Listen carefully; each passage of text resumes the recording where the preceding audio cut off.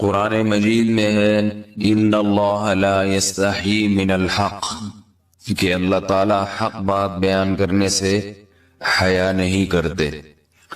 حدیث میں بھی بعض ایسے مسائل کو اللہ کے رسول نے بیان کیا ہے صلی اللہ علیہ وسلم نے جو بظاہر حیا کے خلاف ہیں، مگر اس لیے بیان کیا کہ اگر آپ صلی اللہ علیہ وسلم بیان نہ کرتے تو لوگ ان بے شرمی کے کاموں میں مبتلا ہو جاتے۔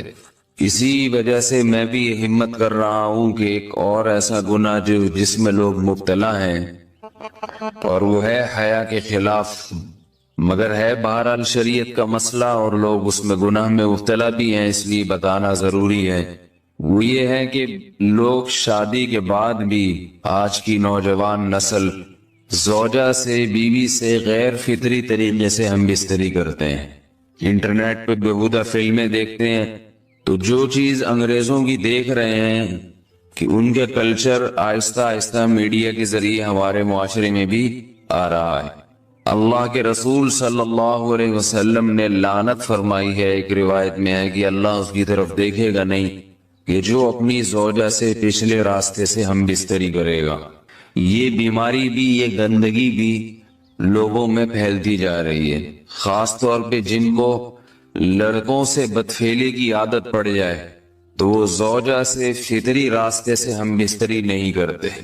اللہ نے فرمایا کہ نساؤکم حرث لکم، یہ تمہاری زوجات ہیں، بیویاں ہیں، یہ نسل بڑھانے کے لیے ہیں، تو اسی راستے میں انسان اپنی خواہش کو پوری کر سکتا ہے جس راستے سے نسل بڑھتی ہے۔ اس کے علاوہ کسی اور راستے سے اپنی خواہش کو پورا کرنا یہ حرام ہے، گناہ کبیرہ ہے، گندگی ہے۔ ہمارے پاس کیسز آتے ہیں، ایک پاک دامن لڑکی کی شادی ہوتی ہے، لڑکا بھی بظاہر بڑا نیک، لیکن کیا ہے، لڑکا چونکہ ٹھرکی ہوتا ہے، شہوت کا درندہ ہوتا ہے، تو وہ یہ نہیں دیکھتا کہ میں اپنی بری خواہش مٹانے کے لیے میں اپنی زوجہ کو غیر فطری طریقے پر مجبور کیسے کر سکتا ہوں، تو مجبور کرتا ہے پھر اپنی بیوی۔ اس میں جو عورتیں زیادہ پاک دامن نہیں ہو، نیک نہ ہو، یا ان کو یہ ڈر ہو کہ طلاق ہو گئی تو ہم کہاں جائیں گے، وہ پھر اپنے شوہر کے ساتھ اسی غیر فطری طریقے پر آمادہ ہو جاتی ہیں، اور اس کا عذاب اور اس کا وبال یہ ہوتا ہے کہ کچھ دنوں میں ان کو بھی اسی کی لت پڑ جاتی ہے۔ انسان جب بھی کوئی غیر فطری راستہ اختیار کرتا ہے، آخرت کا عذاب تو بعد میں، دنیا کا عذاب یہ آتا ہے کہ پھر اس کو لذت فطرت میں آتی نہیں ہے۔ تو جو راستہ اللہ نے رکھا ہے اس میں اس کو لذت نہیں آئے گی، پھر وہ گندگی میں ہی گھسنے کی کوشش کرے گا، اس کی بھی فطرت خراب ہو جاتی ہے، اور جس کے ساتھ یہ بدفعلی کی جائے اس کی بھی فطرت خراب ہو جاتی ہے، وہ بھی پھر کسی کے قابل نہیں رہتے۔ تو اپنے جان پر رحم کرنا چاہیے۔ ہم انسان ہیں، ہم درندے نہیں ہیں، ہم گھوڑے نہیں ہیں، ہم گدھے نہیں ہیں، ہم جانور نہیں ہیں، ہم انگریز نہیں ہیں۔ انگریز نے تو حیا اور شرم کی تمام حدود کو توڑ دیا ہے، وہ تو درندے بن چکے ہیں۔ ہم تو درندے نہیں ہیں، ہم تو حلال کھاتے ہیں، پاک صاف رہنے کی کوشش کرتے ہیں، تو ہم ان کی جو کلچر دیکھ دیکھ کے ہم ویسے درندے بننے کی کوشش کیوں کریں؟ تو یہ بہت بڑا وبال ہے، بہت بڑی برائی ہے جو ہمارے معاشرے میں آہستہ آہستہ جڑ پکڑتی جا رہی، اور اس سے بیماریاں بھی پھیلتی ہیں۔ غیر فطری طریقہ ہے، بیماریاں بھی پھیلتی۔ ایسے کیسز آتے ہیں کہ جناب وہ مرد مجبور کر رہا ہے بیوی کو، اور وہ بیوی جو ہے ساتھ نہیں دیتی تو پھر اس کو طلاق کی دھمکیاں دیتے ہیں۔ ایسے کیسز بھی آتے ہیں، اور یہ بھی آتا ہے کہ مرد جب اپنی بیوی کو غیر فطری طریقے پر مجبور کرتا ہے، بیوی آمادہ نہیں ہوتی، تو مرد پھر یہ دھمکی دیتا ہے کہ بھئی میری خواہش تو تم سے پوری ہوتی نہیں ہے، پھر میں دوسروں کے پاس جاؤں گا۔ تو یاد رکھیں، جس عورت کا شوہر یہ دھمکی دے اس کو کہ میں زنا کروں گا اگر تم نے میری خواہش پوری نہیں کی غیر فطری طریقے سے، تو عورت اپنے شوہر سے کہہ دے کہ جاؤ تم کہیں اور جا کے منہ کالا کرو، تمہاری فطرت میں گندگی ہے تو یہ مجھے گندا بنانے کی کوشش نہ کرو، اس کو زنا کرنے دیں، وہ اللہ آخرت میں اس سے بھگتے گا۔ ہر بیماری کا اللہ نے علاج رکھا ہے۔ اللہ کے رسول صلی اللہ علیہ وسلم نے فرمایا، صحیح بخاری کی حدیث، ما انزل اللہ من داء الا انزل له دواء، کوئی بیماری ایسی نہیں ہے جو اللہ نے نازل کی ہو اور اس کے لیے دوا نہ رکھی ہو دنیا میں. تو اگر کسی کو ایسی لت پڑ گئی ہے غیر فطری کام کی تو اس کو چاہیے کہ وہ اپنا علاج کرائے, ڈاکٹر سے بھی رابطہ کرے. اور سب سے بڑا علاج یہ کہ کچھ وقت صبر کرے گا, چھوڑ دے گا کچھ عرصے کے لیے, تو خود بخود آہستہ آہستہ صحیح ہو جائے گا. ایک آدمی شراب کا عادی ہے, ایک علاج تو یہ کہ ڈاکٹروں سے رابطہ کرے, بہترین علاج کے چھوڑ دے. کتنے دن تڑپے گا؟ ایک دن, 2 دن, 3 دن, 4 دن, 1 ہفتہ, 2 ہفتہ, بہت زیادہ سال ہو جائے گا نا, اس کے بعد خود بخود ٹھیک ہو جائے گا. سگریٹ کا عادی ہے, چھوڑ دے گا. تو کتنے لوگ ہم نے دیکھے ہیں دن میں 20 سگریٹ پیتے تھے, چھوڑنے پر آئے تو بالکل ایک دم چھوڑ دی انہوں نے, آہستہ آہستہ کر کے چھوڑ دی, لیکن تکلیف ہوئی مگر عادی ہو گئے. تو اب کسی کو یہ لت پڑ گئی ہے غلط کام کی, برائی کی, تو اس کا بہترین علاج یہ ہے کہ وہ اپنے آپ کو بدلنے کی کوشش کرے, ماحول بدلے, اور کچھ وقت صبر کرے گا تو اللہ اس سے یہ عادت چھڑا دے. نہیں کی, صبر نہیں کیا اس نے, کسی گندگی میں موت واقع ہوگی, پھر آخرت کا عذاب بہت سخت, نسلیں برباد ہو جاتی ہیں اس عمل سے انسان کی. تو بات حیا کے خلاف ہے, مگر یہ کہ ایک بزرگ تھے وہ بات فرما رہے تھے, تو کسی نے پوچھا کہ حضرت آپ حیا کے خلاف بات کرتے ہیں, تو انہوں نے فرمایا تم بے حیائی کے کام نہیں چھوڑتے, ہم اس چھڑوانے کے لیے بات کریں تو ہم برے ہیں, اور تم کام کرو تو بھی برے نہیں. برائی کا کام کرنے میں برا نہیں بنتا, اور برائی کے خلاف بولنے والا برا بن جاتا ہے کہ دیکھو یہ کیسی باتیں کر رہے ہیں.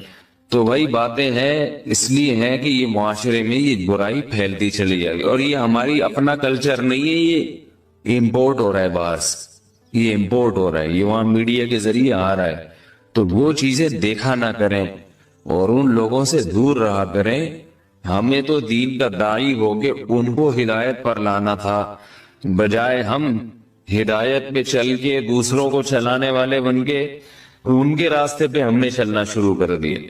اللہ تعالیٰ ہمیں اب دیکھیں ان کے ہاں ایڈز کا مرض پھیل گیا ہے. آپ بتائیے یہ ایڈز کا مرض ہمارا ہے کیا؟ یہ بیماری ہماری ہے یا ان کی ہے؟ ہمارے یہاں بیماریاں ہیں, کھانسی ہے, نزلہ ہے, ٹھیک ہے نا, بلڈ پریشر ہے, شوگر ہے, یہ بیماریاں ہماری ہیں. کوئی اللہ کا شکر ہے گندی بیماری ہمارے یہاں نہیں ہے. جتنی گندگیاں ہیں وہاں سے آ رہی ہیں. ایڈز کا مرض وہاں سے امپورٹ ہوا ہے. وہ ایڈز کا مرض اسی بدفعلی کی وجہ سے پیدا ہوتا ہے, اسی سے جراثیم پیدا ہوتے ہیں, اور اتنا خطرناک مرض کے ایسے متعدی ایسے پھیلتا ہے. افغانستان میں ایڈز کا ریشو 0 تھا, 0. وہ جانتے نہیں تھے کہ ایڈز کا مرض ہوتا کیا ہے. جب سے امریکن آرمی, برطانیہ آرمی افغانستان میں آئی ہے, فوجی آئے ہیں, افغانوں میں ایڈز کا مرض پھیل گیا ہے. انہوں نے وہاں بدفعلیاں شروع کر دی ہیں. تو وہ تو حالانکہ ان کے لیے زنا کتنا سستا ہے, کتنا سستا ہے نا ان کے لیے زنا, پھر بھی وہ لڑکوں کی طرف مائل ہوتے ہیں. تو اتنی گندگی, ایسا گندا جب انسان بن جائے پھر اللہ اس کے وجود کو برقرار نہیں رکھتے, اور رکھتے ہیں تو پھر آخرت میں سزا دینے کے لیے. اپنے آپ کو ان گندگیوں سے بچانا چاہیے, حلال پہ اکتفا کرنا چاہیے. اللہ تعالی ہمیں حلال پہ قناعت کی توفیق عطا فرمائے اور پاکیزہ لوگوں میں ہمارا شمار فرمائے. اگر شادی شدہ عورت 40 دن میں بھی ایک دفعہ, اچھا بھائی دیکھو یہ حیا کے خلاف مسائل جو ہے نا یہ اس چینل پہ نہ پوچھا کرو.